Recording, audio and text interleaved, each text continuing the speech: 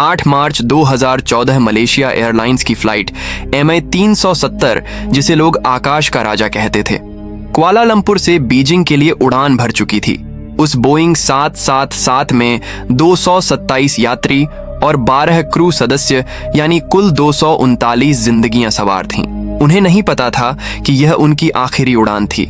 रात के 12:41 हो रहे थे। विमान दक्षिण चीन सागर के ऊपर 35,000 फीट की ऊंचाई पर शांति से उड़ रहा था। विमान की कमान अनुभवी कैप्टन सहारी अहमद शाह के हाथों में थी। कॉकपिट में सब कुछ सामान्य था। बाहर सितारों से भरा आसमान था और नीचे गहरा खामोश समंदर। यात्रियों में कुछ लोग सो रहे थे, कुछ अपनी मंजिल के सपने देख रहे थे। किसी को अंदाजा नहीं था कि यह उनकी जिंदगी की सबसे भयानक रात होने वाली थी। और फिर रात 1:21 पर वो बस गायब हो गया। न कोई इमरजेंसी सिग्नल, न कोई मदद की पुकार, न मलबे का कोई निशान। 239 जिंदगियां जैसे आसमान ने उन्हें एक झटके में निगल लिया हो। आप सोच सकते हैं उस वक्त क्या हुआ होगा। हड़कंप मच गया। इतिहास का सबसे बड़ा और सबसे महंगा खोज अभियान शुरू हुआ। हफ्तों, महीनों, सालों तक समंदर को छाना गया, पर नतीजा सिफर। जैसे समंदर ने उस लोहे के परिंदे और उसमें बैठी 239 जिंदगियों को हमेशा के लिए अपनी गहराइयों में छुपा लिया हो। परिवारों का इंतजार मातम में बदल गया। दुनिया ने मान लिया कि वह सब मारे जा चुके हैं।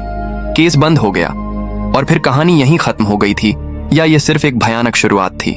दोस्तों, आज द मिस्ट्री दुनिया पर हम कोई थ्योरी नहीं सुनाएंगे। हम आपको उस सच से रूबरू कराएंगे जो शायद उन 239 लोगों ने अपनी आखिरी सांसों में जिया होगा।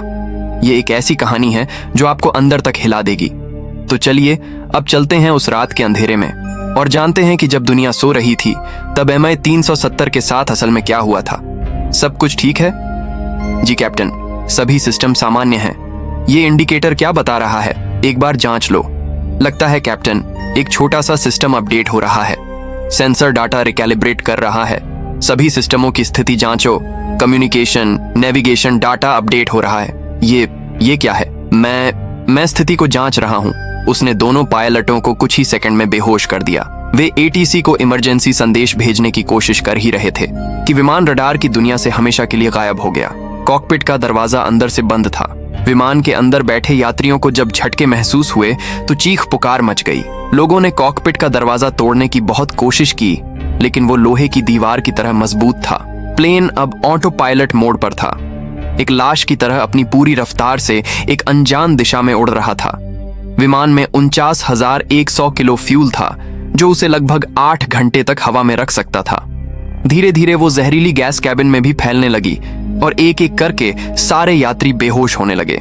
घंटों तक, मीलों तक वो बेकाबू विमान एक भूत की तरह अनजान समंदर के ऊपर उड़ता रहा। सुबह के 5:40 पर लगभग 5 घंटे की बेहोशी के बाद कॉकपिट में कैप्टन सहारी को होश आया। यह अद्भुत है। ये हम कहाँ हैं? चारों ओर जहां तक नजर जा रही थी सिर्फ नीला समंदर था। दूर दूर तक जमीन का एक टुकड़ा भी नहीं था। डैशबोर्ड पर जलती बत्तियां बता रही थीं कि प्लेन का फ्यूल कुछ ही मिनटों में खत्म होने वाला है। उनके सामने अब सिर्फ एक ही रास्ता था, मौत। उन्होंने कांपते हाथों से इंटरकॉम पर घोषणा की, हम क्रैश करने वाले हैं। इस आवाज ने बेहोश पड़े यात्रियों को जगा दिया। प्लेन के अंदर का दृश्य दिल दहला देने वाला था। लोग चीख रहे थे, रो रहे थे। कोई अपने भगवान को याद कर रहा था, कोई अपने बच्चों की तस्वीरें सीने से लगाए हुए था। सब समझ चुके थे कि उनके जीवन के बस कुछ ही पल बचे हैं। सब शांत हो गए, एक दूसरे का हाथ पकड़ लिया और अपनी आंखों में मौत का इंतजार करने लगे। सब लोग लाइफ जैकेट पहन लो और दरवाजे के पास आ जाओ। ठंडे समंदर में कूदने लगे और जैसे ही आखिरी इंसान कूदा, विमान एक जोरदार धमाके के साथ समंदर में समा गया। कैप्टन झारी और कोपायलट फारिक उस दुर्घटना में मारे गए, लेकिन बाकी सभी यात्री जिंदा थे। वे प्लेन के टूटे हुए टुकड़ों को पकड़कर उस ठंडे भयानक समंदर में तैर रहे थे। एक एक टुकड़े पर 10-10 लोग किसी तरह चिपके हुए थे, इस उम्मीद में कि शायद कोई उन्हें बचा लेगा। पर चारों ओर सिर्फ मौत का समंदर था और लहरें उन्हें एक अनजान भविष्य की ओर बहाए ले जा रही थीं। पहले ही दिन भूख, प्यास और ठंड से 10 लोगों ने दम तोड़ दिया। सामने जमीन है। जब वे किनारे पर पहुंचे तो उनकी उम्मीद एक भयानक झटके में बदल गई। वो द्वीप सिर्फ 83 मीटर के दायरे में फैला हुआ था, यानी इतना छोटा कि आप एक कोने से दूसरे कोने तक दौड़ भी नहीं सकते। उस द्वीप पर सिर्फ 2 नारियल के पेड़ थे और चारों ओर रेत। न कोई जंगल, न कोई जानवर, न पीने के पानी का कोई स्रोत। 200 से ज्यादा लोगों के लिए यह जगह किसी खुली जेल से कम नहीं थी जो कभी भी समंदर की एक बड़ी लहर के नीचे समा सकती थी। उन्होंने घायलों की देखभाल शुरू की, अपने कपड़े फाड़कर पट्टियां बनाई, लेकिन सबके मन में एक ही सवाल था, हम यहाँ जिंदा कैसे रहेंगे। असली लड़ाई अब शुरू हुई थी, प्यास की लड़ाई। नमकीन पानी पीकर कुछ लोग और बीमार पड़ गए। सबकी नजरें उन 2 नारियल के पेड़ों पर टिकी थीं।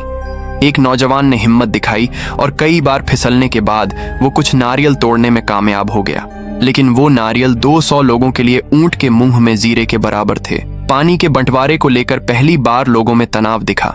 ये तय हुआ कि पहले बच्चों और घायलों को पानी दिया जाएगा। उन्होंने रेत पर बड़े बड़े अक्षरों में SOS लिखा। चौथे दिन जब समंदर की लहरें पीछे हटीं तो छोटे छोटे गड्ढों में कुछ केकड़े दिखाई दिए। लोगों की आंखों में चमक आ गई। उस दिन पहली बार उन्होंने आग पर पका हुआ कुछ खाया। देखते देखते 1 महीना बीत गया। इस 1 महीने में बाहरी दुनिया में MI 370 को खोजने के लिए इतिहास का सबसे बड़ा सर्च ऑपरेशन चलाया गया और नाकाम रहा। और यहाँ एक छोटे से द्वीप पर 200 से ज्यादा लोग हर दिन मौत से लड़ रहे थे।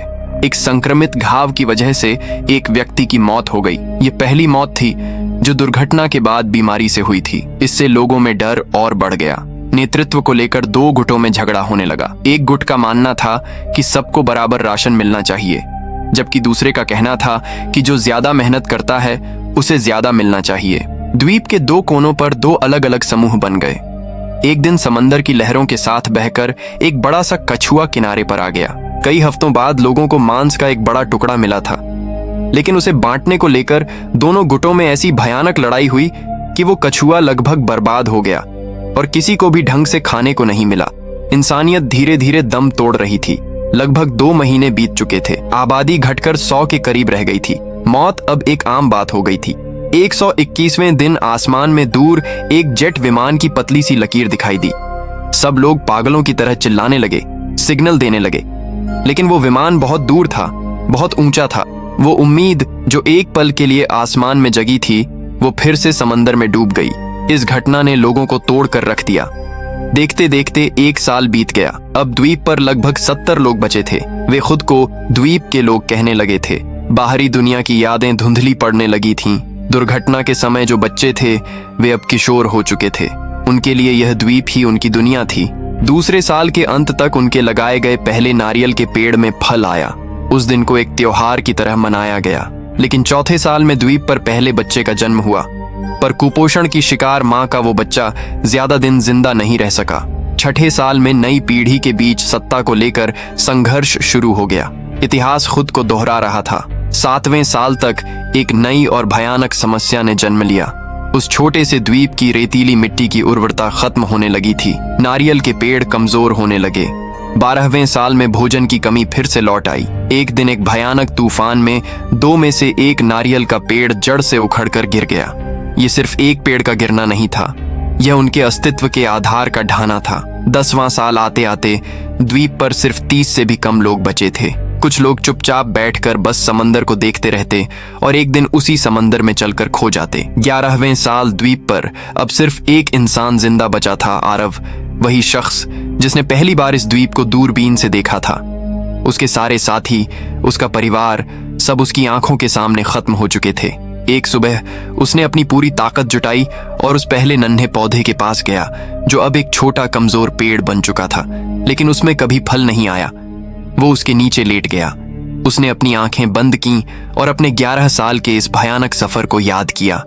आरव की सांसें धीरे धीरे धीमी पड़ने लगीं। उस द्वीप पर आखिरी आवाज भी हमेशा के लिए खामोश हो गई। लगभग 60 साल बाद एक टूरिस्ट बोट रास्ता भटककर उस अनजान द्वीप के पास पहुंचती है। जो दृश्य वे देखते हैं उससे उनकी रूह कांप जाती है। पूरा द्वीप इंसानी कंकालों से भरा पड़ा था। उन्हें एक कंकाल के पास एक टूटा हुआ फोन मिलता है जिसकी पीठ पर खरोच कर कुछ लिखा हुआ था, हम MI 370 से हैं, हमने कोशिश की। और फिर एक खोजकर्ता की नजर उस आखिरी दृश्य पर पड़ती है जिसने सबके दिलों को चीर कर रख दिया। एक कंकाल का हाथ जिसकी उंगलियां एक छोटे से सूखे हुए पौधे की टहनी में फंसी हुई थीं। वो हाथ जैसे कह रहा था, हमने हार नहीं मानी थी, हम आखिरी सांस तक लड़े थे। वे 239 लोग प्लेन क्रैश में बच गए थे, लेकिन जिंदगी ने उन्हें एक और भी भयानक मौत दी। उन्होंने 11 साल तक जिंदा रहने की लड़ाई लड़ी, लेकिन अंत में मौत जीत गई। दोस्तों, आपको ये कहानी कैसी लगी? अगर अच्छी लगी हो तो वीडियो को लाइक और चैनल को सब्सक्राइब जरूर कर लीजिएगा।